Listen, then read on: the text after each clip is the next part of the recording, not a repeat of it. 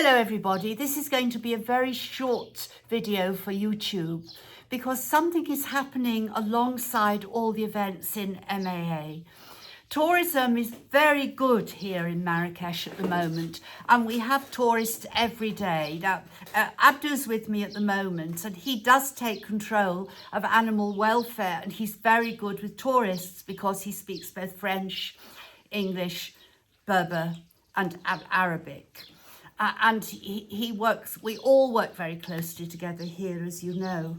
And something that's happening that we're picking up, I've picked up, because lots of people have visited and said to me, they're so horrified to see what happens to animals here, and particularly dogs. And we appear to be quite successful, that they would like to come and set up a refuge or a sanctuary or somewhere. Now, that puts Abdu in a difficult position. Exactly. He nods and smiles and will refer them to where you get land. And of course, what people are thinking, they'll go and rent some land and they'll start saving dogs. Because the taking is easy. They think it's easy.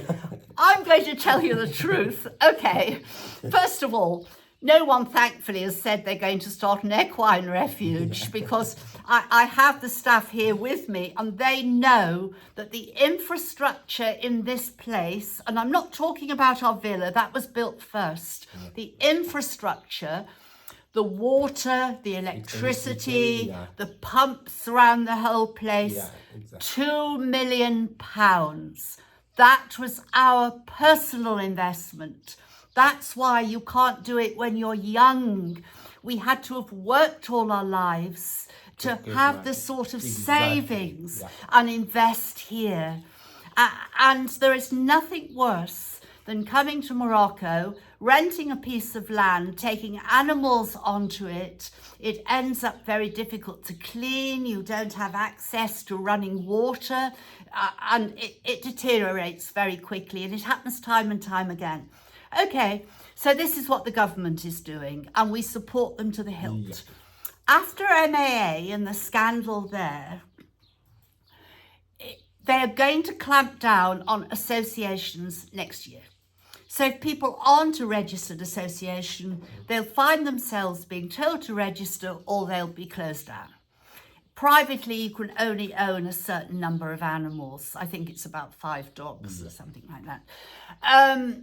And I think that's good. They're also, to open an association, you have to have a board of trustees and they all have to be resident. So I can be a trustee here, but I am a resident. And I lived here for 5 years before we started to do the work we did. They must see you have an investment and a commitment to Morocco.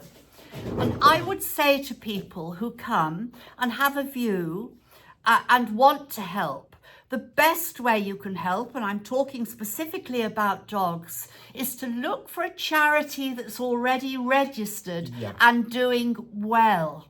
Now, there is a charity here that is registered as an association. I think it's Help Save Dogs and Cats in Morocco. It's, what's her name? We know her quite well.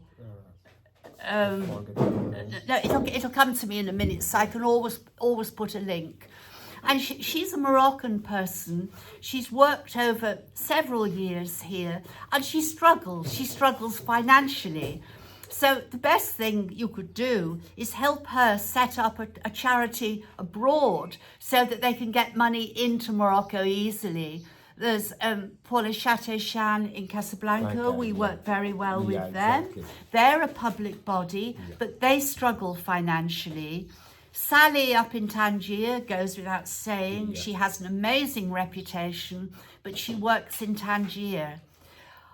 I promise you, I've lived here a long time. You cannot walk into a country like this as a foreign national and just set up a refuge. Many have done it, and what happens? They get about, 50 dogs. They can't take any more. They can't cope. So they close the gates. They're still asking for donations. Donations are coming in from abroad illegally because donations must come in through the proper channels. So I'm setting out a framework now, and I'll talk more about it in the future. I mean, am I right, Abdu? You know me well enough, you can contradict me. Yeah. It is a worry, isn't it? Yeah. I mean, you know, we work hard here every day, and it can be quite depressing if people come and somehow think they can do it better. Yeah, exactly. Oh, and let me tell you something about Moroccans. This is very true. Don't tell a Moroccan what they should be doing. Just because we are not Moroccan does not mean we know better. Yeah, exactly. I have helped this refuge by using my administrative skills, my organisational skills, but we could not run this refuge without the Moroccan men who have taught us everything we need to know about equines.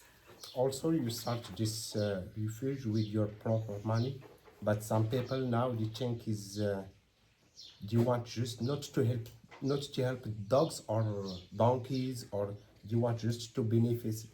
It's like a project to have the benefits. It's not like that.